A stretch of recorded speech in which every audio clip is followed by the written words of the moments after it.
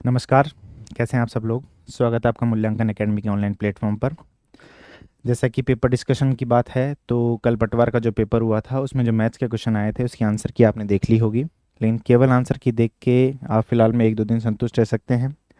आगे भी बहुत सारे एग्जाम्स होने वाले हैं, वीडियो के हैं, फोर्थ ग्रेड के हैं, तो डिटेल सॉल्यूशन देखना ज़रूरी है, क्योंकि लेटेस्ट जो क्वेश्चन आते हैं उनका डिटेल सॉल्यूशन हम देखेंगे तो हम आगे आने वाले क्वेश्चंस को आसानी से कर पाएंगे। ठीक है, जो लोग आंसर की ही देख रहे हैं उनके लिए मैं पहले ही टिक लगा दूंगा कि आंसर क्या होगा, उसके बाद सॉल्यूशन देखते हैं। ठीक है, सवाल पढ़िए। वर्ष 2023 में एक कॉलेज में 5,000 छात्र थे। छात्रों की संख्या प्रति वर्ष 24% की दर से बढ़ जाती है, तो वर्ष 2025 में कॉलेज में कितने छात्र होंगे। देखिए, 2023 में 2023 में छात्र थे कितने, 2023 में कुछ छात्र थे, 2025 में कितने होंगे। बीच में 24 भी आया होगा। ठीक है, आप बात समझिए, कितने परसेंट हो रही है, प्रत्येक दर वार्षिक 24% की दर से बढ़ रही है।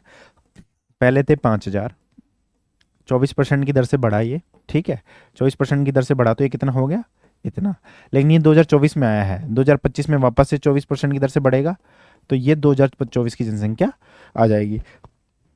दूसरी बात, सॉल्व कीजिए इसको। 20 से 20, 50 से ये 2 बार, इस 2 को काटिए, 6 और 2, 62 × 124 कर लीजिए। ये आप कीजिएगा, मैं नहीं करूँगा, क्योंकि मैं ऑप्शन में देख रहा हूँ कि जो यूनिट डिजिट है, यूनिट प्लेस के डिजिट है, वो सबकी अलग अलग है, सबकी अलग अलग है।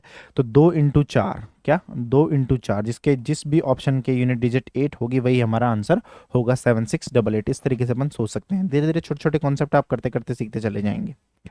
अगला प्रश्न, एक वस्तु को 100 रुपये में बेचने से एक व्यक्ति को 15 रुपये का लाभ होता है। तो क्या क्या पढ़ा है आप लोगों ने और कैसे कैसे सवाल आ रहे हैं, बहुत अच्छी बात है, फिर भी करने तो पड़ेंगे। क्या, कितने रुपए में बेची उसने, 100 रुपये में बेची। अब प्रॉफिट कितने का हुआ उसे, प्रॉफिट हुआ 15 रुपये का। मुझे एक बात बताइए, खरीदी कितने में होगी उसने, 85 रुपये में खरीदी होगी कि नहीं होगी, 85 रुपये में। अब मैं इसमें पूरा लिख के दिखाऊं कि SP minus CP equal to profit, लेकिन ये तो साफ ही दिख रहा है। 100 रुपये में उसने बेची, 15 रुपये का प्रॉफिट हुआ, तो कितने रुपये में खरीदी होगी, 85 रुपये में। तो मुझे बताइए, परसेंट प्रॉफिट की मैं बात करूँ, 15 रुपये का प्रॉफिट हुआ 85 रुपये पर। ठीक है, तो कितना हो गया ये, इस तरीके से 5 से काट लीजिए, 5 17 3, 300/17 भाग दीजिए, 17 का एक बार जाएगा, 17 17 289, 289 में 11 जोड़ेंगे तो 300 आते हैं, ऐसे ध्यान रख लिए। 17 से 1 अरे क्या कर दिया आपने, 17 17 289 वर्ग याद कर लीजिए भैया, 30 तक, कम से कम 30 तक। ठीक है, देखिए आसान सवाल था। अगला प्रश्न, एक पुस्तकालय में रविवार को औसतन 252 आगंतुक आते हैं। हमारे यहाँ लाइब्रेरी में भीड़ ही रहती है। ठीक है, अन्य दिनों 120 आगंतुक आते हैं। ठीक है, जून के महीने में रविवार, जून का महीना कितने दिन का होता है, पहले तो ये देखिए, 30 दिन का होता है। ठीक है, जून के महीने में 1 जून को रविवार है, ये मन से नहीं लिख रहा हूं मैं, 1 जून को रविवार है, ये प्रश्न ने बोला है। क्या 1 जून को रविवार है, तो जून के महीने में कितने रविवार आएंगे, पहले तो ये देखिए, जून के महीने में आएंगे 5 रविवार। मैं अलग अलग वार की बात क्यों कर रहा हूं, क्योंकि सवाल में कह रहे हैं कि रविवार को तो 252 आदमी लाइब्रेरी में पढ़ने के लिए आते हैं, और अदर डेज में 120 आते हैं, 120 आते हैं। कितने आते हैं, 120। तो मुझे बताइए कि मुझे टोटल औसत, 30 दिन का औसत निकालने। औसत क्या होता है, योग बटे संख्या। औसत क्या होता है किसी भी डेटा का, एवरेज क्या होता है, योग बटे में संख्या, योग बटे में संख्या। ठीक है, मुझे एक बात बताइए, आगंतुक अपन देख लेते हैं टोटल 5 तो रविवार, जिसको नहीं समझ में आ रहा हो 5 रविवार कैसे आए वो लिख के देखना। क्या, 1 तारीख का रविवार है, फिर 8 का रविवार है, फिर 15 का रविवार होगा, फिर 22 का होगा। क्या, 1 और 7 8 और 7 15 और 22 और 7 29, इस तरीके से 5 रविवार होंगे। जो अगर महीने की पहली तारीख आपकी जिस बार से होगी वो महीने में 5 बार आएगा। 5 रविवार होंगे, तो रविवार में जो टोटल आगंतुक आएंगे वो आएंगे 5 × 242। 242 कहाँ से आया, ये दे रखा है इसने यहाँ पे, कितना, 252। 252 इसने दे रखा है, कहाँ पे, यहाँ पे दे रखा है, मल्टीप्लाई कीजिएगा। बाकी बचे 25 दिन, ठीक है। एक दिन में कितने आते हैं, एक दिन में आते हैं 25 इंटू 120, ये हो गए 3000। 25 इंटू 120 ये हो गए 3000। इसको कीजिए मल्टीप्लाई, 25 इंटू 250 इंटू 2 कर लीजिए, कितने हो गए 500। कितने हो गए, 250 इंटू 2 कर लीजिए, कितने हो गए 500। और फिर 2 से ये लगभग हो गया है कितना, 2 से इंटू 5 1000, 52 इंटू 5 1260। कितना हो गया 1260। टोटल कितना हो गया 4260। टोटल कितना हो गया 4260। ये 30 दिन में आए हैं, ये टोटल 30 दिन में आए हैं। तो एवरेज निकालने के लिए हम क्या करेंगे, औसत, जून के महीने का औसत निकाल रहे हैं हम। जून के महीने का औसत निकालेंगे तो क्या करेंगे, 4260 बटे में 30, एक जीरो से एक जीरो कट गया, भाग दीजिए, 1 3 चौक 12 2, 142 व्यक्ति प्रतिदिन आएंगे। ठीक है, कुछ नहीं था, सिंपल कैलकुलेशन था, आपने कर लिया, समझाने वाला इसमें कोई बात थी नहीं। ठीक है, निम्नलिखित ज्यामितीय आकृतियों को उनके कोणों की संख्या के अनुसार आरोही क्रम में व्यक्त कीजिए। याद रखिए, याद रखने की कोई बात ही नहीं। त्रिभुज में कितने कोण होते हैं, त्रिभुज में जितनी 3 कोण होते हैं, भुजाएं कितनी होती हैं, जितनी भुजा उतने कोण। ठीक है, हो सकता है ये रीजनिंग का सवाल हो या फिर ऐसे सवाल हो, मैथ्स में आ गया, कोई नहीं, अपन कर लेते हैं। जितनी भुजा उतने कोण, क्या, जितनी भुजा उतने कोण।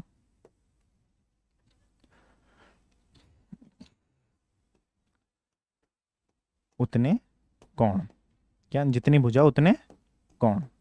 ठीक है, अब मुझे बताइए आरोही क्रम में, आरोही क्रम में सबसे कम भुजा वाला कौन सा है इसमें, त्रिभुज। ये किस पे आ जाएगा, सेकंड नंबर आएगा। फर्स्ट पे सेकंड कौन कौन से में है, सेकंड तो 3 ऑप्शन में है। ठीक है, फिर आ जाएगा त्रिभुज के बाद क्या आ जाएगा, चतुर्भुज 6, ये लो, ये 2 ऑप्शन में है। ठीक है, फिर उसके बाद क्या आ जाएगा, त्रिभुज, चतुर्भुज, पंचभुज है क्या इसमें, बिल्कुल पंचभुज है, पंचभुज भी है इसमें। ठीक है, षटभुज मतलब थर्ड ऑप्शन, और यहाँ पे आके हमारा आंसर हो जाएगा सी, क्या, षटभुज। बाकी ये ऑप्शन वैसे गलत हो गया, ये तीसरे ऑप्शन में जाके गया, ये सेकंड से शुरू हुआ लेकिन ये यहाँ खत्म हो गया इस तरीके से। और लास्ट में देखेंगे आप 10 भुज आ रहा है। तो आरोही क्रम में कोणों की संख्या, उसमें कितनी, उस आकृति में कितने कोण बनेंगे, त्रिभुज में 3 कोण होते हैं, चतुर्भुज में 4, पंचभुज में 5। तो जितनी भुजाएं उतने कोण होते हैं, सिर्फ इतनी ही बात ध्यान रखनी थी। ठीक है, और यदि आर को ए और बी के बीच में इस अनुपात में बांटा जावे, क्या, इस अनुपात में बांटा जावे, तो ए को कितनी राशि मिलेगी। घबराने की कोई बात नहीं थी, यही सवाल अगर संख्या में आ जाता तो आप बहुत आसानी से कर लेते कि 100 को 2:3 में बांटिए। तो फिर आप क्या करते, ये ए का है और ये बी का हिस्सा है, और मैं यहाँ से ए का पूछ लेता, तो आप क्या करते सर, टोटल के नीचे टोटल गुना में जिसका हिस्सा हमें निकालना है 2, और इस तरीके से आप देखते थे कि इसको 40 रुपए मिल जाते ए को। अब यहाँ क्या हो गया, केवल रेशो में ही सवाल आ गया। तो पहले तो इस रेशो को सरल कर लीजिए, इस रेशो को सरल कर लेंगे तो क्या होगा, क्रॉस मल्टीप्लाई कीजिए, ए डी अनुपात बी सी, इसमें बांटना है हमको। ठीक है, ए डी अनुपात बी सी में किसको बांटना है, आर को बांटना है। आर टोटल राशि है, आर टोटल राशि है, तो ए को मिलेगा, ए को क्या मिलेगा, टोटल के नीचे क्या आ जाएगा, total A D plus B C, और किसका हिस्सा चाहिए, हमें ए का चाहिए। तो ए का अनुपात क्या होगा, ए डी, कौन से ऑप्शन में है देखिए, A D or, A D plus B C, option A. ठीक है, देखिएगा अगला सवाल, सिंपली बांटना था। 3 वर्ष के अंत में 2000 रुपए की राशि पर अर्जित साधारण ब्याज 7200 रुपए है। समान अवधि के लिए समान राशि पर समान दर से अर्जित चक्रवृद्धि ब्याज ज्ञात कीजिए। क्या क्या दे रखा है भाई, हमारे पास है मूलधन 20,000, कितना है, मूलधन 20,000। पहला तरीका मैं आपको बता रहा हूँ, अच्छा सवाल है, सीखने को मिलेगा। कैलकुलेशन अगर थोड़ा सा अगर आप एडवांस चलेंगे तो कैलकुलेशन कम हो जाएगी, नहीं तो कैलकुलेशन के साथ भी आप कर सकते हैं, कोई दिक्कत इसमें है नहीं। समय कितना है, समय है 3 वर्ष, और ऐसा ही कितना है 3 वर्ष का, वो है 7200।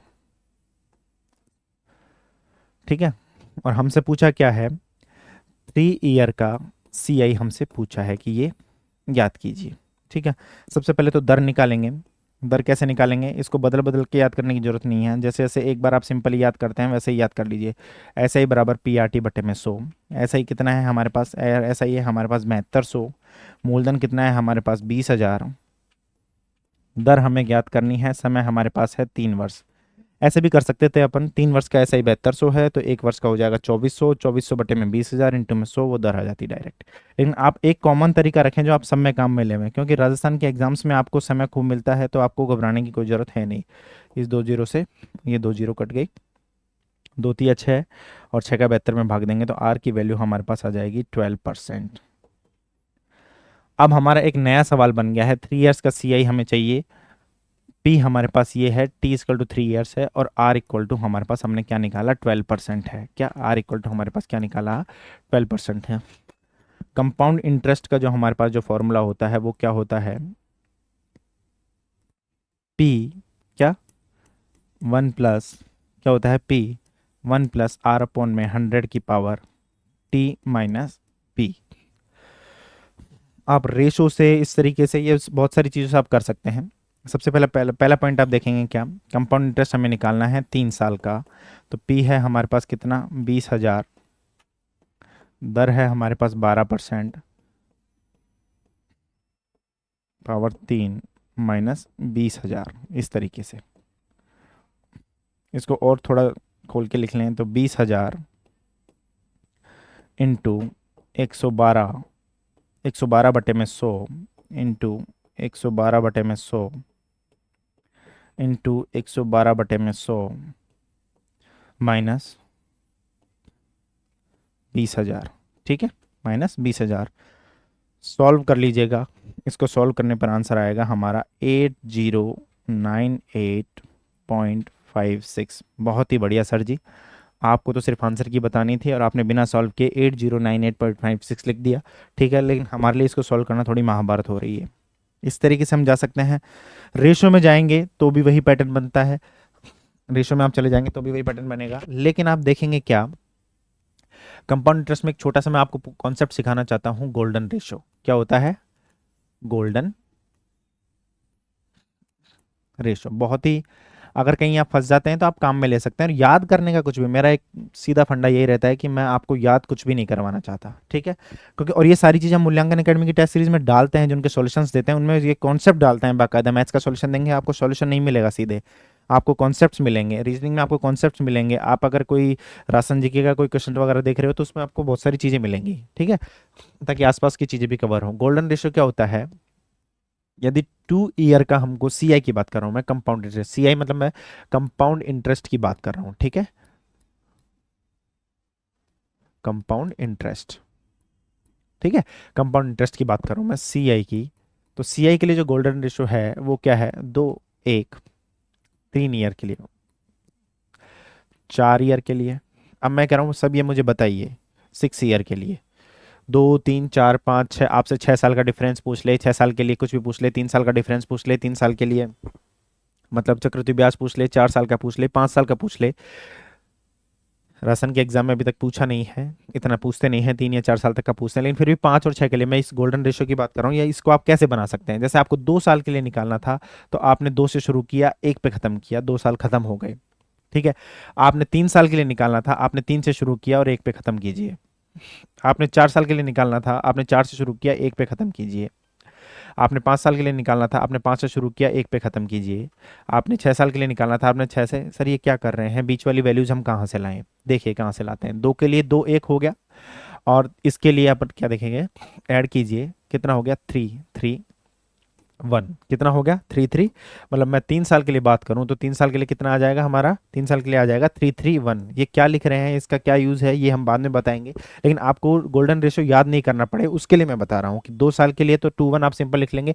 जब 3 साल की बात आई थी तो पहले 3 और 1 लिख लिया और बीच में क्या आएगा, इन दोनों का एडिशन। अब 4 साल की बात आई थी तो 4 और 1 हो गया, क्या हो गया 4 और 1 हो गया, 4 और 1 के बीच में क्या क्या आएंगे, इन 3 और 3 को जोड़ेंगे तो 4 6, फिर इसको और इसको जोड़ेंगे तो कितना हो जाएगा 4, और लास्ट में 1 है ही हमारा, लास्ट में 1 है ही हमारा, क्या हो जाएगा लास्ट में 1 है ही हमारा, ठीक है। देखिए 4 6 4 1। अब 5 की मैं बात करता हूँ, 5 की मैं बात करता हूँ तो आप क्या देखोगे, 5 ईयर की, 5 और लास्ट में 1, लेकिन बीच में क्या आएगा 4 6 को ऐड किया 10 आ गया, फिर 6 4 को ऐड किया वापस से 10 आ गया, फिर 5 4 और 1 को ऐड किया 5 आ गया, और लास्ट में 1 आ गया हमारा। लास्ट में क्या आ गया हमारा? 1 आ गया। इस तरीके से आप ध्यान रखिए, लास्ट में क्या आ गया हमारा? 1 आ गया। मैं 6 ईयर के लिए बात करता हूँ, 6 ईयर के लिए मैं बात करूंगा तो 6 तो हमने लिख ही लिया, 5 और 10 कितना हो जाएगा? 15, 10 और 10 कितना हो जाएगा? 20। बहुत काम की चीज़ है, समझ जाओगे जिस दिन आपको मज़ा आने लगेगा। 15, 6 और 1। ठीक है, ठीक है सर, ये तो हमने बनाना सीख लिया है। आगे आप 7 ईयर्स, 8 ईयर्स, 9 ईयर्स जो भी बनवाना चाहेंगे हम बना देंगे। ठीक है, तो पहले तो इनको सिंपली आप, ये तो मैंने बनाना आपको सिखाया, अब आप एक बार लिख लीजिए क्या? 2 ईयर के लिए 2 1, 3 ईयर के लिए 3 3 1, 4 ईयर के लिए 4 6 4 1, 5 ईयर के लिए, 5 ईयर के लिए कितना आया हमारा? 5 10 10 5 1। कैसे निकाला ये मैंने आपको बता दिया। ठीक है, सिर्फ 2 1 आपको याद रखना है। और 6 ईयर के लिए 6 6 15, 6 15 20, 15 6 1, इस तरीके से आगे भी आप निकाल सकते हैं। ठीक है, देखिए अब सवाल को पढ़ते हैं फिर से। सवाल क्या कहता है? सवाल कहता है कि दर 12% है, यहाँ तक तो आपको करना ही पड़ेगा, उसमें से दर 12% है, मूलधन कितना है हमारा? 20,000 है, और समय 3 साल है, और हमें सीआई निकालना है। ठीक है, आप क्या करेंगे? प्रत्येक साल का हिस्सा निकालेंगे। प्रत्येक साल का आप जैसे हिस्सा निकालेंगे ना, तो उसमें आप सॉल्व कर लेंगे। क्या है, अब इस सवाल को हम यहाँ कर लेते हैं और फिर अपन कैलकुलेशन को देखेंगे कि हमारी कितनी कैलकुलेशन हुई। मूलधन है हमारा कितना? 20,000। मूलधन कितना है हमारा? 20,000। दर है कितनी? 12%।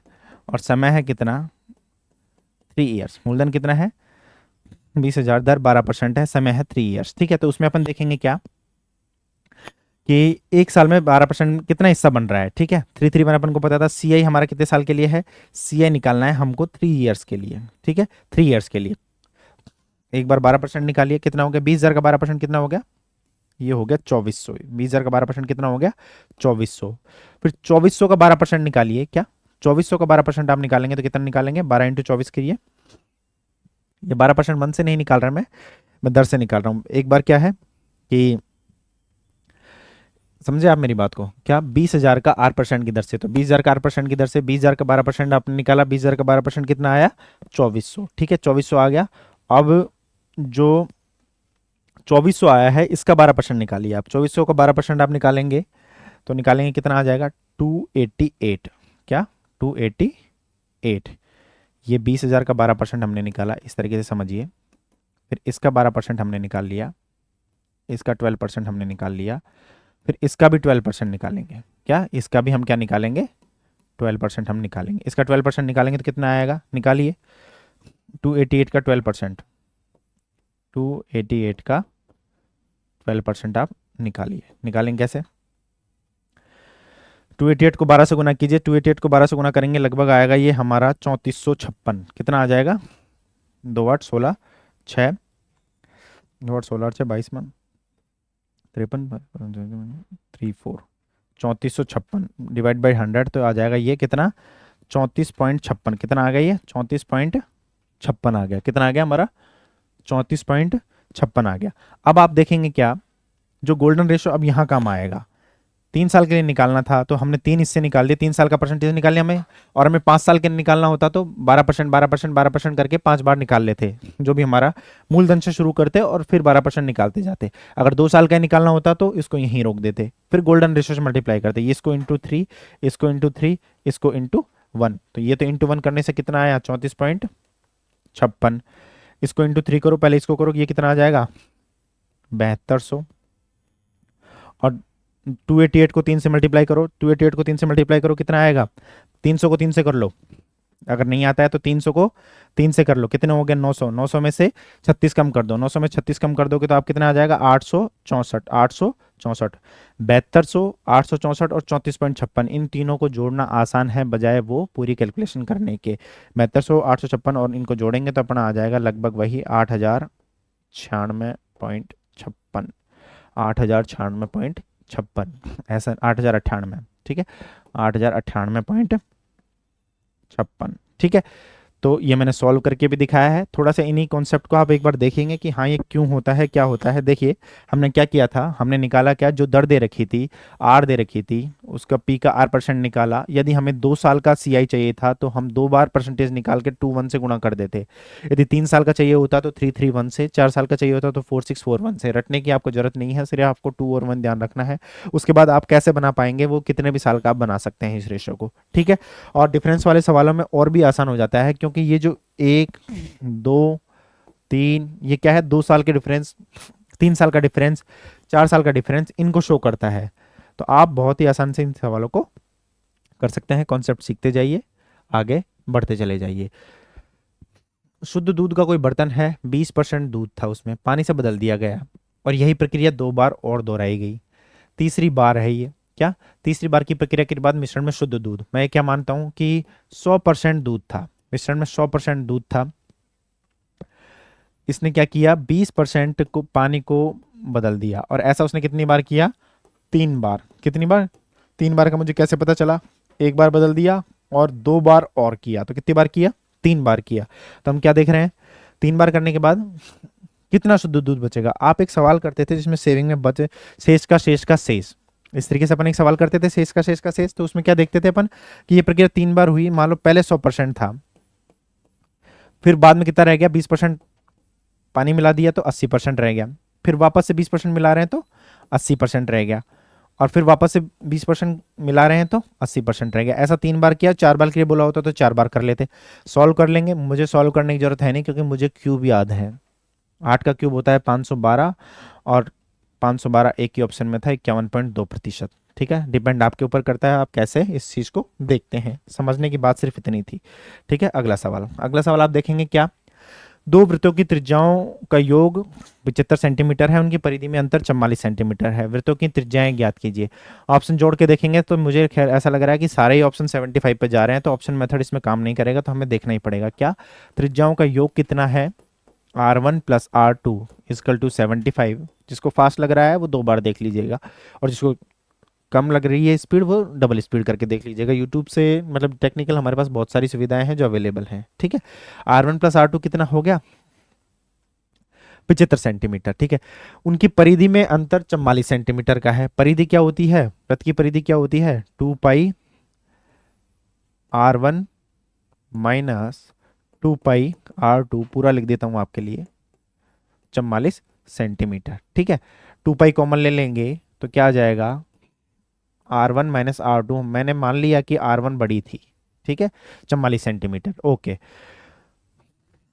सॉल्व करेंगे तो R1 माइनस R2 22/7 रखेंगे तो 22 × 44 हो जाएगा, और ये इक्वेशन 2 हो जाएगी और ये इक्वेशन फर्स्ट हो जाएगी। इस बार तो ऐसे ऐसे सवाल आए हैं कि आपको मज़ा आ जाएगा, ऐसा लग रहा है जैसे कि सरकार नंबर फ्री में देना चाह रही है बच्चों को। बस आप आइए, बैठिए, सिली मिस्टेक कीजिए और बाहर हो जाइए, ठीक है। R1 प्लस R2 75 है, और R1 माइनस R2 7 है। दो समीकरण हैं और दो ही अज्ञात राशियां हैं, तो पॉसिबल है, ज्ञात कर सकते हैं। तो R1 की वैल्यू कितनी आ जाएगी, R1 की वैल्यू आ जाएगी क्या, एक बार जोड़ेंगे तो 2R1 की वैल्यू आ जाएगी कितनी, 2R1 की वैल्यू आ जाएगी 75 प्लस में 7, 75 प्लस में 7, 2R1 की वैल्यू कितनी आ जाएगी, 75 प्लस में 7, ठीक है, 75 प्लस में 7, तो R1 की वैल्यू आ जाएगी कितनी, 75 प्लस में 7/2, और ये आ रही है हमारी 41।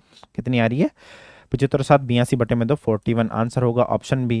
R2 भी एक बार निकाल लेते हैं, R2 क्या आएगा, 75 माइनस 7/2 मतलब 68/2, 68/2 आ जाएगा कितना, 34, 34। इस तरीके से, कुछ भी नहीं था सवाल में, आपको सिर्फ परिधि का फॉर्मूला याद होना था, ठीक है। आगे बढ़ते हैं, अगला सवाल, दो शंखों की त्रिज्याएं 2:1, सॉरी, दो शंखों की त्रिज्याएं 2:1 में है और उनके आयतन बराबर है, ठीक है।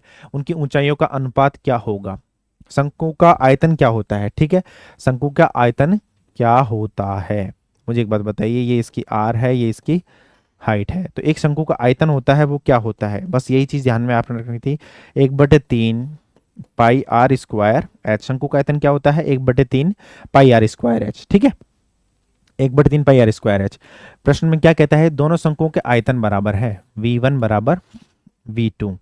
तो एक बार देखें अपन, 1/3 पाई R1 स्क्वायर H1 बराबर 1/3 पाई R2 स्क्वायर H2। ठीक है, ऐसे कर सकते हैं। ठीक है, R1 की वैल्यू कितनी है? R1 की वैल्यू 2 है। पहले 1/3 पाई से 1/3 पाई कट गया, ये 2 का स्क्वायर हो गया।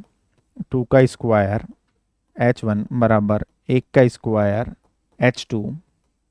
ठीक है, H1 बटे में H2, H1 बटे में H2, 1 का स्क्वायर 1 ही होता है, 2 का स्क्वायर 4 होता है, 1:4। आसान सवाल, सिर्फ आपको करना था क्या, आयतन, शंकु का आयतन अगर यदि आपको याद है तो। ठीक है, अगला सवाल, एक्स वाई से 6 गुना बड़ा है। ठीक है, बड़ा है, 6 गुना है, इस चीज को अपन देखेंगे बाद में। वह प्रतिशत जिससे वाई एक्स से कम है। सिंपली जो आप जानते हो वो कर लो, एक्स और वाई। एक्स वाई से 6 गुना बड़ा है, वाई को मान लो 100, 6 गुना बड़ा है तो हो जाएगा 600। और कम कितना हुआ, एक्स मतलब वाई एक्स से कम कितना हुआ, 500 कम हुआ। इसको 1 और 6 भी ले सकते हैं। ठीक है, लेकिन जनरली जब परसेंटेज में बात आती है तो अपन ऐसे ले लेते हैं। ठीक है, कि अपन 100 के मल्टीपल में लेना पसंद करते हैं, 5 और 506। ठीक है, कितना कम है, 500 कम है। कितने पे कम है, 600 पे कम है। परसेंटेज निकालिए, बात खत्म। 5 6 वो वही बात हो जाएगी, 2 जीरो से 2 जीरो कट जाएगी। तो इसको सॉल्व कीजिएगा। सॉल्व करने पे क्या आ रहा है, 500 बटे में 6 मतलब कि 250 बटे में 3। कौन से ऑप्शन में है, काटिए। 3 8 24, 3 3 9, 83 से 1/3%। 83 से 1/3%, ऑप्शन डी। क्या होगा, ऑप्शन डी होगा। ठीक है, आगे बढ़ते हैं। यदि एक दुकानदार एक पंखे का विक्रय मूल्य 800 रुपये से घटाकर 780 रुपये कर देता है तो 2% की हानि बढ़ जाती है। मुझे एक बात बताइए, 2% की हानि बढ़ने से आप क्या समझते हैं? 2% की हानि बढ़ने का मतलब है उसे 800 रुपये में भी नुकसान ही हो रहा था, लेकिन उसे जाना था घर, क्योंकि क्या था, त्योहार आ गए थे, जन्माष्टमी आई है ना भाई, जन्माष्टमी से घर जाना था। उसने कहा कि 780 में ले लो, लेकिन इसे ले लो। उसे 2% का और ज़्यादा नुकसान हुआ, 2% की हानि बढ़ गई। मान लो उसने कितने भी रुपए में खरीदा हो, ठीक है, उसने पहले केस में बेचा कितने में, 800 रुपये में। अगले केस में उसने बेचा कितने में, 780 रुपये में। और हानि बढ़ गई 2% से। हानि किससे बढ़ गई, 2% से। और घाटा बढ़ गया कितने से, 20 रुपये से। कैसे पता चला, यहाँ से पता चला ना भाई, घाटा किससे बढ़ गया, 20 रुपये से। हानि किससे बढ़ गई, 2% से। 2% की वैल्यू ये है, तो 100% हम क्रय मूल्य मानते हैं, तो 100% की वैल्यू क्या हो जाएगी, 20/2 इंटू में 100। ठीक है, काट लीजिए, 1000 रुपये। पंखे का क्रय मूल्य क्या था, 1000 रुपये। कई बार जल्दबाजी के चक्कर में घाटा हो जाता है। ठीक है, 4 वर्षों के लिए 2000 रुपये पर 2 अलग अलग स्रोतों से प्राप्त साधारण ब्याजों में अंतर 80 रुपये है, उनके ब्याज की दरों में अंतर ज्ञात कीजिए। देखिए, आपको समझना इस सवाल में ये पड़ेगा, इस सवाल को अपन घुमा भी सकते हैं, खुद से बैठे बैठे घुमाते रहो तो आप घुमाते रहोगे। जो सिंपल इंटरेस्ट होता है, जो मैं इतनी बार बता चुका हूँ, PRT बटे में 100। क्या, PRT बटे में 100। अब अगर दो की बात, कंपैरिजन की बात करें, तो ऐसा ही अंतर के लिए भी अपन इसी को यूज में ले सकते हैं, चाहे वो अलग अलग निकाल के। और बाद में अगर सिंपल इंटरेस्ट का अगर अपन अंतर देखें तो वो अंतर किसकी वजह से होगा, अगर मूलधन और समय समान है तो वो दरों का अंतर होगा। क्या हो जाएगा, जैसे R1 - R2 मान लेता हूं मैं, यहाँ पे दरों का अंतर होगा। ठीक है, इस तरीके से ये होता है भाई। अंतर की अगर मूलधन और समय बराबर है तो जो साधारण ब्याज में जो अंतर आएगा वो किसकी वजह से आएगा, वो दरों की वजह से आएगा। तो जब सिंपली अपन को इस, अगर इसको इस फॉर्मेट में भी यूज कर सकते हैं तो अपन क्या देखेंगे, एसआई में अंतर कितना आ रहा है, अंतर है 80 रुपये। ठीक है, मूलधन कितना है भाई, मूलधन है 2000 रुपये। और आप बहुत तरीके से इस सवाल को बहुत बड़ा भी कर सकते हैं, कोई दिक्कत नहीं है, वो आपके ऊपर डिपेंड करता है।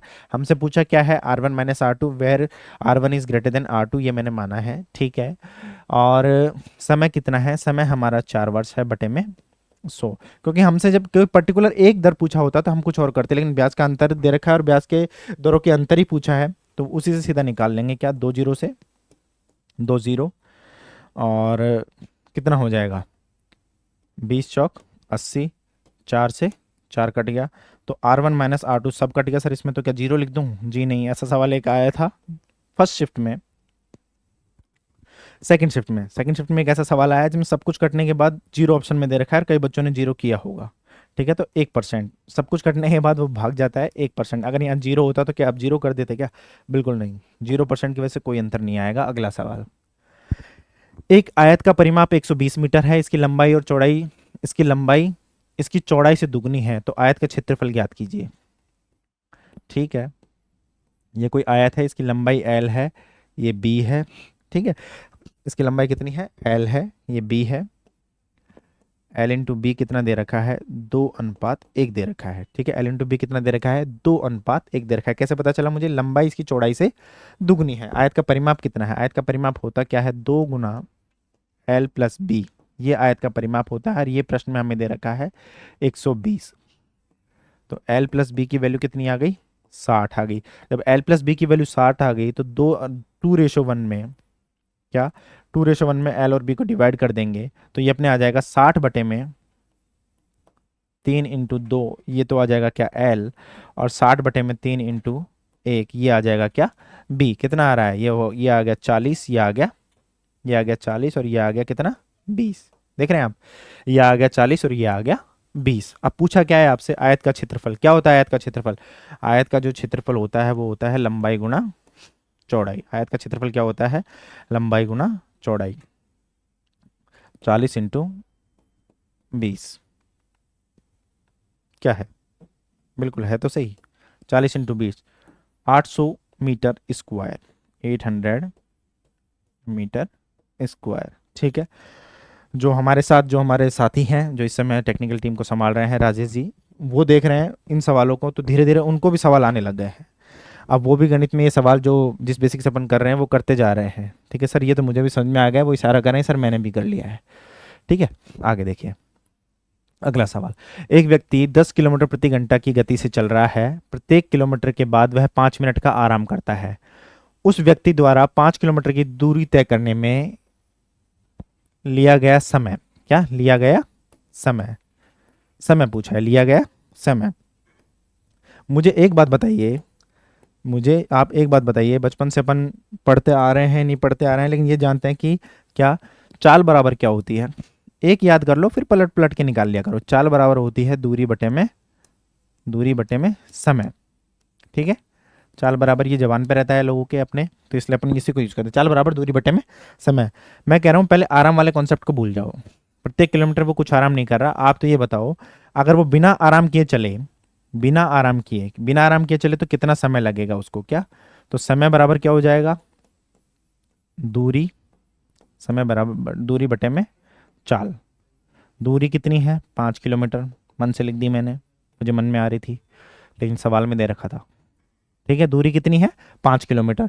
और चाल कितनी है उसकी? 10 किलोमीटर प्रति 10 किलोमीटर प्रति घंटा। काट दिया आपने, 1/2 आवर मतलब 30 मिनट। मतलब अगर वो रेस्ट नहीं करेगा, क्या रेस्ट नहीं करेगा, तो उसे क्या मिलेगा? विदाउट रेस्ट, क्या बिना आराम।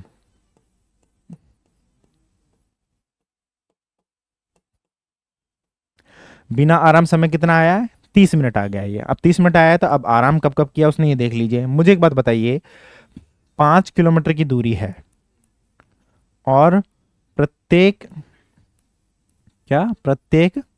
1 किलोमीटर पर वो आराम कर रहा है। 5 किलोमीटर की दूरी है और प्रत्येक 1 किलोमीटर पर आराम कर रहा है, तो कितनी बार आराम करेगा? जब नहीं समझ में आए तो लिख के भी देख सकते हैं, और नहीं आए तो 4 बार आराम करेगा। कितनी बार करेगा? 4 बार। कैसे? देखिए, ये पहला किलोमीटर हो गया, 1 किलोमीटर, ये दूसरा, ये तीसरा, ये चौथा, ये पांचवा। यहाँ से उसने स्टार्ट किया था, यहाँ वो एंड हो गया। ठीक है, यहाँ उसने एक बार आराम किया, यहाँ उसने दूसरी बार आराम किया, यहाँ उसने तीसरी बार आराम किया, यहाँ उसने चौथी बार आराम किया, और लास्ट बार जब आराम करने की बारी आई थी तब वो पहुंच गया एंड स्थान पे, वो पहुंच गया। 1 1 1 1 हो गए, 5 किलोमीटर की डिस्टेंस हो गई। तो कितनी बार आराम किया? 4 बार आराम किया। ठीक है, ये डायग्राम नहीं बनाना है एग्जाम में, ये समझने के लिए सिर्फ। 4 बार आराम किया, और एक बार में कितने कितने मिनट आराम करता है वो? 5 मिनट का आराम करता है, 5 मिनट का। ठीक, कितने का आराम करता है? 5 मिनट। तो आराम में वो कितना समय ले लिया उसने? 20 मिनट। 20 मिनट उसने समय ले लिया। अब मैं बात करूं टोटल टाइम की, कि टोटल कितना आ गया? टोटल टाइम विदाउट आराम का टाइम कितना था उसका सर 30 मिनट था, ठीक है, और आराम उसने कितने किया 20 मिनट किया, तो आ गया 50 मिनट। जो सोच के करके आए होंगे कुछ भी उल्टा सीधा कर दें, ऑप्शन डी इसका आंसर होगा, क्या होगा 50 मिनट। अगला सवाल देखते हैं, ठीक है। देखिए अगला सवाल, शिल्पी ने एक वॉशिंग मशीन 10,200 रुपये में बेची, बिल्कुल बेची, इस लेन देन में उसे 15% की हानि हुई। अच्छा, 15% की उसे हानि हुई, तो वॉशिंग मशीन का किस मूल्य पर खरीदी थी, क्रय मूल्य, क्रय मूल्य मान लेते हैं अपन 100, हानि हो गई उसे कितनी 15% की, 15% की उसे क्या हो गई 15% का उसे लॉस हो गया, तो एसपी कितना आया 85, ये विक्रय मूल्य है सेलिंग प्राइस, ये कॉस्ट प्राइस क्रय मूल्य है। प्रश्न में 85 की वैल्यू क्या दे रखी है, प्रश्न में 85 की वैल्यू दे रखी है हमें, दे रखी है कितनी 10,200, ठीक है, और पूछा क्या है सीपी जो कि कॉस्ट प्राइस है क्रय मूल्य है वो हमको निकालना है, तो 10,200 बटे में 85 इंटू में 100, 17 से काट लीजिए 5, 600, और 5 से फिर काट लीजिए 120, 120 इंटू 100 12,000, कितना आ जाएगा 12,000, यही आपका आंसर होगा। सीखने लायक इस सवाल में कुछ भी नहीं था, लेकिन हमको करना पड़ेगा। अच्छा, ये आपका सेकंड शिफ्ट का पेपर है क्या, सेकंड शिफ्ट का पेपर है, सेकंड शिफ्ट में मुझे ये सवाल मतलब अच्छा लगा था, अच्छा लगा इसलिए मैंने इसको फर्स्ट शिफ्ट में देना उचित समझा कि मैं बच्चों को ये समझा देता हूँ, ठीक है। सेकंड शिफ्ट का है, सेकंड शिफ्ट में इसका सॉल्यूशन मैं नहीं दूंगा, बच्चों के लिए छोड़ दूंगा, ठीक है। आप देख लीजिएगा क्या, सुयस, सुयस ने कुछ धनराशि पर, बाकी बाकी सारे सवाल सिंपल ही थे, ये मुझे थोड़ा सा अच्छा लगा इसलिए मैंने इसमें ले लिया कि इसको एक बार बच्चों को सिखा देना चाहिए, उसमें इसका आंसर डाल देंगे सीधा, ठीक है। सुयस कुछ धनराशि पर एक अलमारी खरीदी, उसने क्रय मूल्य का 10% उसकी मरम्मत पर खर्च किया और 1,100 रुपए के लाभ पर अलमारी बेच दी। यदि उसने 25% का लाभ कमाया तो उसने मरम्मत पर राशि कितनी खर्च की, ठीक है। थोड़ा सा मिसकंसेप्शन इस सवाल में पैदा हो सकता है जिसकी वजह से हमारे यहाँ पे आंसर गलत हो जाए। अपन देखते हैं क्या, माना कि सीपी कितना है 100 रुपए है, और मरम्मत उसने कितने की करी, क्या मरम्मत पे उसने 10% खर्च किया, कितना खर्च किया 10%। अगर आप कोई साइकिल लाते हैं और उसमें टायर पंचर निकलवा के और उसमें चैन वगैरह ठीक करवा के फिर उसे बेचते हैं, तो लेकिन जो पैसा आपने लगाया वो आपकी मतलब जो मूल्य है वास्तविक मूल्य है वो उसका बढ़ गया है, 100 रुपए की खरीदी थी, 20 रुपए में आपने पंचर बदलवा लिया उसका, 10-20 रुपए में आपने टायर ले लिया, तो उसकी 100 + 20 + 20 उसका कॉस्ट प्राइस बढ़ता चला जा रहा है। तो जो रियल कॉस्ट प्राइस है, जो वास्तविक सीपी है, क्या वास्तविक क्रय मूल्य, उस पर बात कर लेंगे। वास्तविक क्रय मूल्य, वास्तविक क्रय मूल्य कितना हो जा रहा है, वास्तविक क्रय मूल्य हो जा रहा है 110 रुपए, कितना 110 रुपए। अब वो क्या कहते हैं कि 25% का लाभ कमाया, कितने का 25% का, भाई वो लाभ और हानि जो होगी वो तो अपने पूरा खर्चा जोड़ने के बाद बेचेंगे उसके बाद ही तो होगी, 25% का लाभ कमाया तो 110 का 25%, 25% प्रॉफिट, ठीक है। 25% प्रॉफिट अपन ने कमाया तो ये कितना हो गया, 25% कितना हो गया 110 का, बताइए 27.5, कितना हो गया 27.5। अपने हिसाब से प्रॉफिट कितना आया है 27.5, और प्रश्न में कितना दे रखा है प्रॉफिट 1,100 रुपए का, तो 27.5 इजकल टू 1,100, एक बराबर 1,100 बटे में 27.5, ठीक है। आपसे पूछा क्या है मरम्मत में आपने कितने रुपए खर्च किए थे 10 रुपए, 1,100। कुछ लोगों को सवाल करते करते ये लग रहा होगा कि सर गलत बता रहे हैं, गलत हो सकता है, ये ऐसे थोड़ी होता है, ऐसे नहीं होता है, जब 25% दे रखा है तो हम कैसे सोचेंगे, ठीक है। एक जीरो और लगाइए, लगा दिया, काटिए आप इसको, इसको 11 से काट सकते हैं आप, कितना 11 इंटू 2 22, और बच गया कितना 5, 25 बार कटेगा ये, और ये 11 से कट गया 100 बार, कितने बार कट गया 11 से कट गया 100 बार, 25 से 4 बार, 4 इंटू 100 400 रुपये, कितना आ गया 400 रुपये। थोड़ा सा मिसकंसेप्शन आपको इस सवाल में हो सकता है, लेकिन आप देखिए दूसरा, मैं थोड़ा सा एक बार और आपको क्लियर करने की कोशिश करता हूँ, जैसे कैसे आगे देखिए, सवाल अपना क्या था कि उसने मतलब, आप इसी से समझिए इसको, सुयस ने अलमारी खरीदी और 10% उसकी मरम्मत पे खर्च किया, ठीक है। 10% उसकी किस पे खर्च किया, अलमारी खरीदी, और 10% तो किस पे खर्च किया उसने, 10% उसने मरम्मत पे खर्च किया। अलमारी खरीदी 1100 रुपये का उसने प्रॉफिट कमाया। कितने का? 1100 रुपये का प्रॉफिट कमाया। कुछ लोग क्या कर रहे हैं, जैसे कर रहे हैं कि 25% प्रॉफिट हुआ, सवाल में उसमें क्या दे रखा है, 25% प्रॉफिट हुआ। इस 25% प्रॉफिट की तुलना 1100 से कर लेते हैं वो, ठीक है। 25% प्रॉफिट की तुलना 1100 से कर लेते हैं, तो आप इससे क्या निकालेंगे, 100%। और 100% क्या आता है, सीपी। 100% क्या आता है, सीपी आता है। तो 1100 बटे में, अगर आपने कर लिया है इस तरीके से तो वो भी देख सकते हैं, कोई दिक्कत नहीं है उसमें, कोई खास इसमें दिक्कत की बात नहीं है। 1100 बटे में 25 इंटू में 100, ठीक है। तो इससे ये कितना आ रहा है, 25% की वैल्यू कितनी है, 1100 है, तो इंटू में आ जाएगा 4 और ये आ जाएगा 4400 रुपये। अब इस 4400 रुपये पर सवाल खड़े हो रहे हैं कि ये सीपी आया है कि एसपी आया है। तरीके बदलने से सवालों के आंसर नहीं बदलते।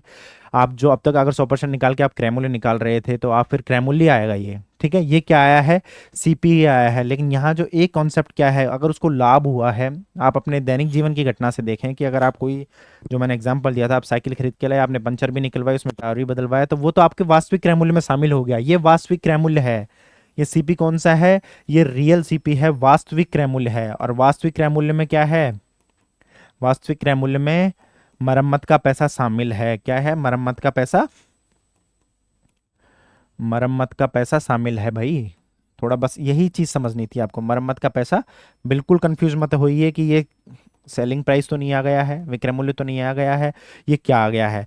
मरम्मत का पैसा शामिल है जब वास्तविक क्रय मूल्य में, तो आपका जो सीपी क्या था, 100 था, और उसमें 10 क्या था, मरम्मत का पैसा था, और इसकी वैल्यू कितनी आई थी, 4400। जब 110 की वैल्यू 4400 है, ठीक है, जब 110 की वैल्यू 4400 है, तो हमसे पूछा क्या है, मरम्मत का पैसा, तो 10 की वैल्यू कितनी आएगी, 4400 बटे में 1100 गुणा में बटे में 110, सॉरी 1100 नहीं है, 110 है ये, ठीक है।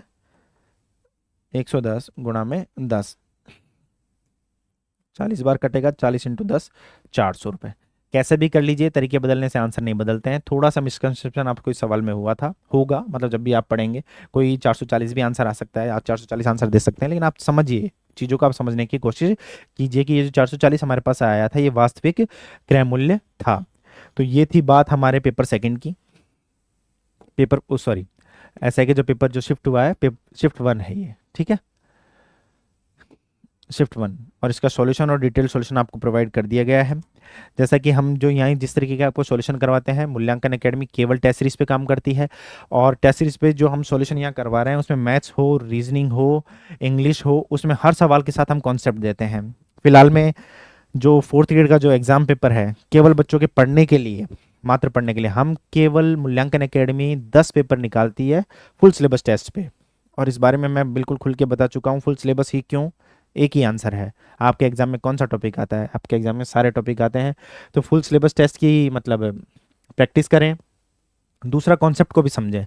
हम हर सवाल के जो एक्सप्लेनेशन देते हैं वो हमारा मतलब हम अच्छा बनाने की कोशिश करते हैं, साथ में सभी सवालों के साथ कॉन्सेप्ट देते हैं। और कॉन्सेप्ट बिल्कुल अपने उस लैंग्वेज में देते हैं ताकि बच्चे को समझ में आए खुद से, उसे उसके लिए किसी क्लास को पर्टिकुलर लेने की जरूरत नहीं है। बीच बीच में कुछ अच्छे कॉन्सेप्ट मूल्यांकन एकेडमी के प्लेटफॉर्म पर भी पढ़ाए जाते हैं, तो दिए जाते हैं कि हम किस तरीके का हम सॉल्यूशन वगैरह दे रहे हैं। तो आप इस चीज़ को देखिए, समझिए। फिलहाल में जो 4th ग्रेड की है, उसके लिए 10 पेपर हमने मात्र 21 रुपये में निकाले हैं। और वो 21 रुपये किसी प्राइस कंसर्न को लेकर नहीं है, वो 21 रुपये हैं कि लास्ट में जो बच्चा ये सोच रहा है कि 53,000 वैकेंसी है और हम तो यूं ही पास हो जाएंगे, उनकी आंखें खोलने के लिए, ठीक है। जिस किसी ने भी, जो किसी भाई, जो भी भाई रियल में वास्तव में तैयारी कर रहा हो, तो एक बार पीडीएफ के जो 10 पेपर हैं उनको जरूर पढ़े, समय बहुत कम बचा है। 21 रुपये में आप टेस्ट फॉर्मेट भी दे सकते हैं, प्रिंटेबल पीडीएफ भी दे सकते हैं। अगर आपने प्रिंटेबल पीडीएफ वहाँ से नहीं ली है, तो जिस भाई ने ली है वहाँ से उससे लेके और प्रिंट आउट निकलवा के पढ़ लें, चाहे हार्ड सॉफ्ट कॉपी में पढ़ लें, ठीक है। लेकिन पढ़ के जरूर जाएं। लेवल आप देख ही चुके हैं किस तरीके का लेवल आ रहा है, हो सकता है कि 4th ग्रेड का लेवल और भी ज़्यादा आ जाए, ठीक है। ठीक है, पढ़े कहीं से, मूल्यांकन यहीं से। Thank you very much.